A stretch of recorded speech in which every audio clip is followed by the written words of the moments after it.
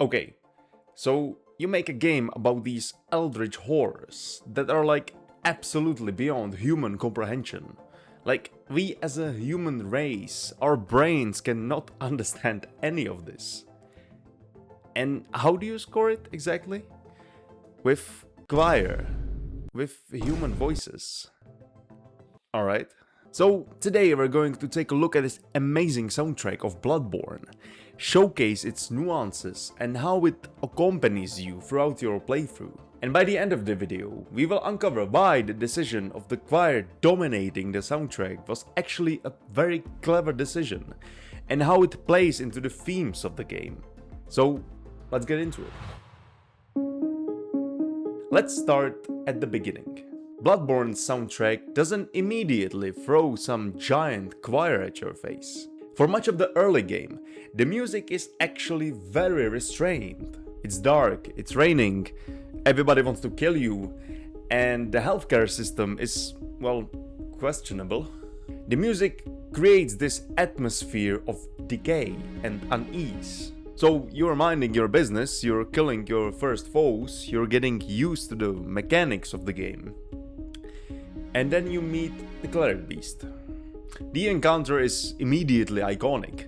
The creature is terrifying. It's enormous, it's covered in blood, and the design of that creature is just amazing. You can see that it once was a human, or at least it was connected to some humanoid, right? But now it's just a giant mass of limbs, fur, and blood. And yeah, the music, we're talking about music. Choir, strings, a huge orchestra. It's not just frightening, it's majestic. The music gives the creature a grandeur, and the choir makes the encounter almost religious. And this becomes increasingly important as we venture throughout the game, because the further we go into Bloodborne, the less sense the world makes. Like, it's really mind-blowing how much the game escalates, right? At the beginning you're fighting some townfolk and some wolves-like creatures, and a few hours later you're fighting fucking eldritch gods. At first the problem of Yharnam seems relatively straightforward, right? There's a plague. People are turning into beasts, and the church is involved somehow. Okay, that's horrible, of course, but we've seen this many times, right? And then slowly you learn about the healing church. You learn about the old blood. You learn about Bergenworth. And then the Great Ones. Eventually you'll discover that the moon is involved somehow in this. So, as I said, the game goes from zero to batshit crazy really fast. And notice what happens to the music during this descent in the story. It gets bigger. More voices, more layers, more instruments, more dissonance, more everything. Which is not something necessarily unusual. Games and movies often have this musical crescendo throughout the story, where the music builds and builds until the very end, where it has this climax, right? But usually, in horror especially, the music gets more chaotic, more abrasive, and more frightening. The music of Bloodborne becomes more beautiful, I would say. And that leads us to the second part of the mystery. Because if you listen carefully to Bloodborne's soundtrack, there is something else hiding underneath the horror. A religion. The soundtrack constantly borrows from the musical language of Western sacred music. The choir is the obvious one, right? But it's also harmony. It's the liturgical sounding vocals. It's the form of the music. They both share this feeling of something enormous. Something ancient is happening in front of you. And this of course makes perfect sense for Bloodborne, because religion isn't just a part of the game's aesthetic, it's the central theme of the game. It's part of the game's central conflict. The healing church has built an entire belief system around blood.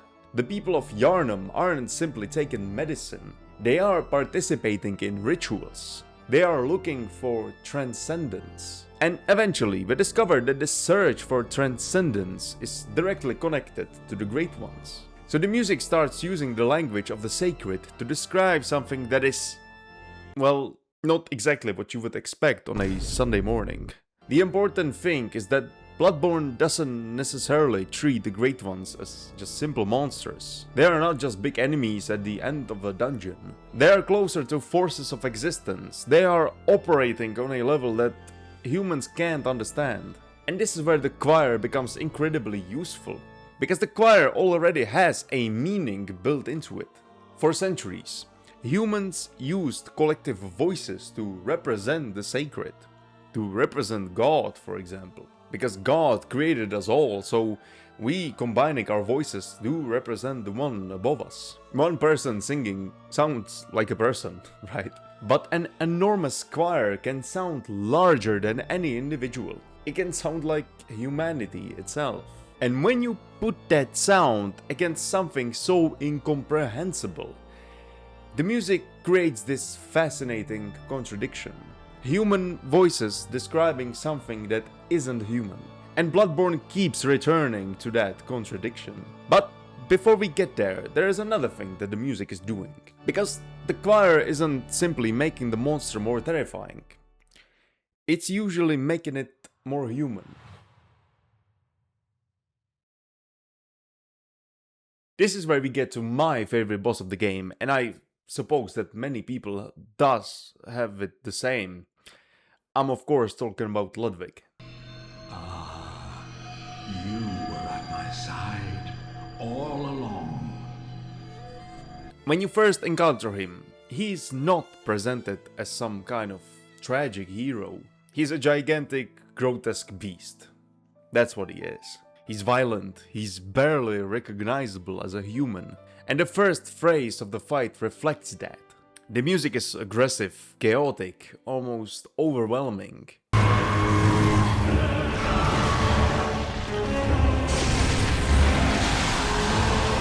It feels like you are fighting a creature, like you're fighting a wild beast. But then something changes. Ludwig remembers the holy moonlight sword, and suddenly he sounds different. It's not necessarily that the sound is less powerful now. I would argue the opposite, actually. It's just that it's more noble, it's more human, therefore more tragic.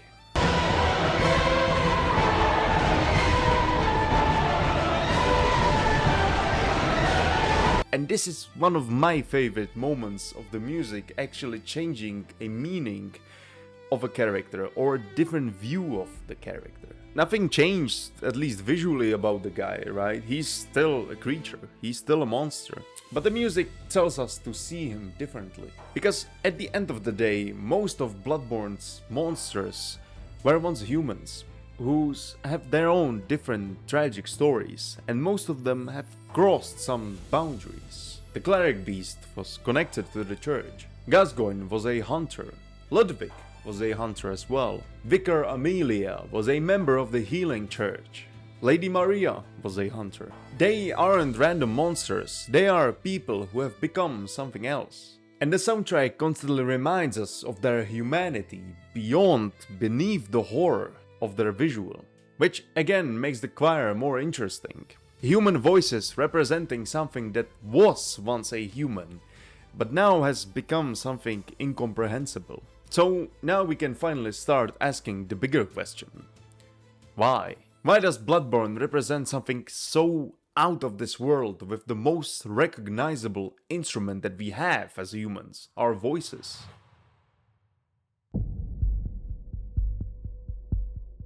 Once again, think about what choir actually is. It's a group of human beings, right? Different people and their different voices. But when they sing together, they sound like something much larger than any individual person in that group.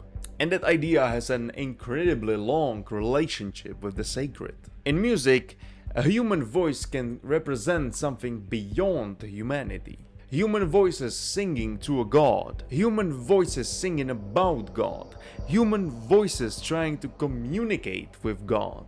Human voices attempting to represent something that is by definition beyond human understanding. And Bloodborne just takes that idea and twists it. What happens when you use the same musical language to represent the great ones? So the equation is that in our real life, choir represents the divine, but in Bloodborne, choir, human voices, represent the great ones. And unfortunately, the great ones aren't some benevolent gods waiting to answer our prayers, right? They are incomprehensible beings, they are alien, they are beyond our perception. And yet, when the soundtrack tries to represent them, it searches for something profoundly human. A choir. And that's exactly what the soundtrack of Bloodborne is hiding. It's not necessarily trying to tell us that this is what the great ones sound like. Because how could it? How could we as a human race with human technologies and human instruments represent something that is beyond our comprehension?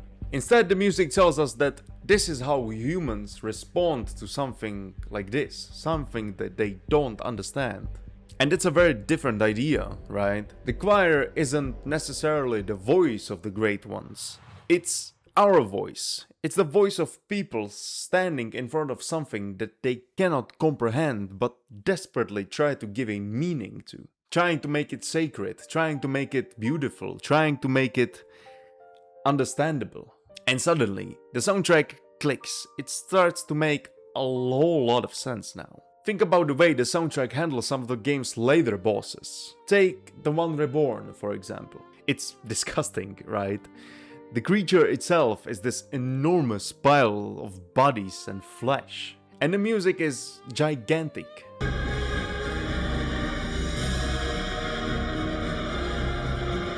But now with this added context, the music doesn't just make the monster scary, it adds so much nuance to it, right? It gives the encounter a sense of ritual.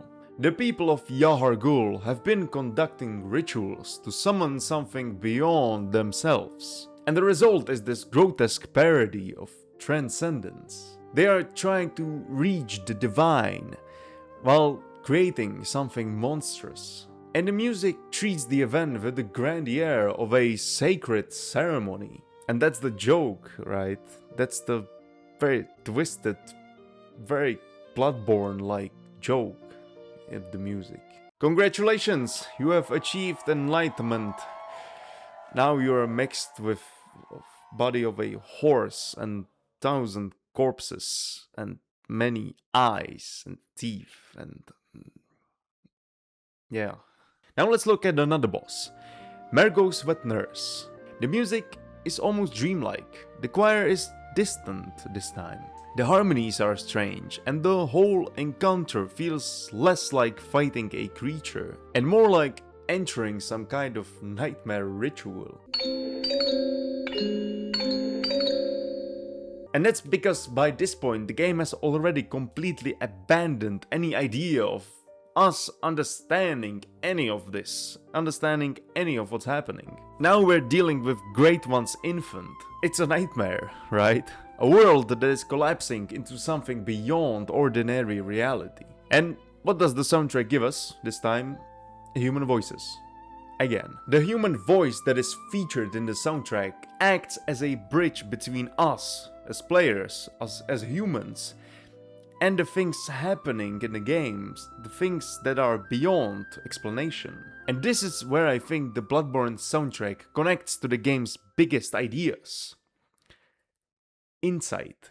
In Bloodborne, more knowledge doesn't necessarily make the world clearer. It often makes it stranger. At the beginning, you think you understand what a monster is. It's an animal.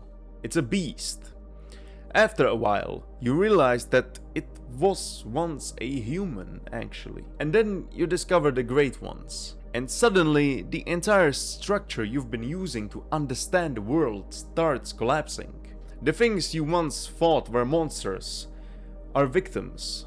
The things you thought were gods might be something else entirely. The things you thought were miracles are some strangely twisted rituals. And the things you thought were horrifying might also be beautiful. And that's exactly what the music does. it blurs the categories, it blurs the lines in between. Heaven and hell, human and inhuman, knowledge and madness, beauty and grotesque. The soundtrack doesn't simply accompany Bloodborne's themes, it behaves like them. And that's the reason why the choir is so important. Because there is something inherently strange in hearing many people sing together. One voice is familiar. We hear that all the time, we have discussions, we have dialogues all the time in our lives, right? So it feels normal. It feels natural. 100 voices combined singing a single line can sound alien. The individual disappears and the collective mass remains. And that makes the choir a perfect musical metaphor for Bloodborne's obsession with humanity trying to transcend itself. We start with individuals, hunters, scholars, priests, doctors, kings, and they all want the same thing in one form or another. They want to become something greater. They want knowledge, they want transcendence, they want to reach the next level of existence. And eventually the human being gets lost in that process. So when the choir appears, you are hearing hundreds of individual human voices become one enormous sound. Humanity becoming something larger than an individual. And that's exactly what the characters in Bloodborne are trying to do. And that's also where it goes horribly wrong. So to answer the question of why choir, it's because it is a sound of humanity trying to give meaning to something bigger than itself. And Bloodborne does exactly that. It takes the ancient musical language and gives it to something incomprehensible. The great ones, the rituals assigned to them, the nightmares, the things that humanity has no language for. And perhaps, maybe that's why the music becomes more beautiful as the game becomes more terrifying. It's because Bloodborne isn't saying that beauty and horror are the opposites. It's saying that they can be the same thing. The thing that looks like a monster might have once been a man. The thing that sounds beautiful might be describing something horrifying. And the thing that sounds horrifying might be expressing something tragic. The deeper the hunter goes in the story, the harder it becomes to distinguish those things, to separate those ideas. And maybe that's what insight really means musically. Not simply seeing more, but realizing that the categories that you use to describe the world, they were never sufficient in the first place. So when you hear that choir in Bloodborne, you're not hearing the voice of the great ones. Maybe you are hearing humanity trying to give a voice to something that has none. Something beyond language, beyond reason, beyond humanity. And perhaps that's the thing the Bloodborne's music has been hiding from us the entire time. It was never telling us what the gods sound like. In reality, it was telling us what we sound like when we stand in front of something that we cannot understand. Thanks for watching.